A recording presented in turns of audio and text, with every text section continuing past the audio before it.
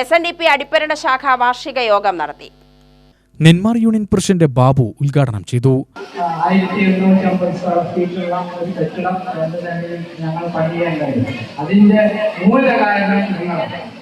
അതുപോലെ തന്നെ എല്ലാ പ്രവർത്തനങ്ങളും നിങ്ങൾ മുന്നിലേക്ക് വന്നുകൊണ്ടിരിക്കുകയും എല്ലാ സംഘത്തിന്റെ എല്ലാ മൈക്രോ ഫൈനാൻസുകളും ഗസറ്റിന്റെയും വാർഷിക റിപ്പോർട്ട് ഇവിടെ എല്ലാവർക്കും അറിയാൻ വേണ്ടിയാണ് വായിച്ചത്.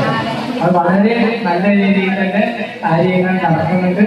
എനിക്കൊരു സോറി കൂടി ഈ പറയാതിരിക്കാൻ നിവർത്തിയില്ല. കാരണം എന്താണെന്ന് വെച്ചാൽ മിനിഞ്ഞാന്ന് നമ്മുടെ തേവർമണി ശാഖയില് അതേമാതിരി ലോൺ കൊടുത്ത് ഒരു യൂണിറ്റ് ലോൺ അടയ്ക്കാതെ ഞങ്ങൾ അവിടെ പോയി ആ വീട്ടില് നിർബന്ധിച്ച് പൈസ മേടിക്കേണ്ട ഞാൻ ബാങ്കുകാരെ ഒരു ഇതുണ്ടാകേണ്ട സാഹചര്യം ഇനി അതിന് ബാക്കി വെച്ചിരിക്കുകയാണ്.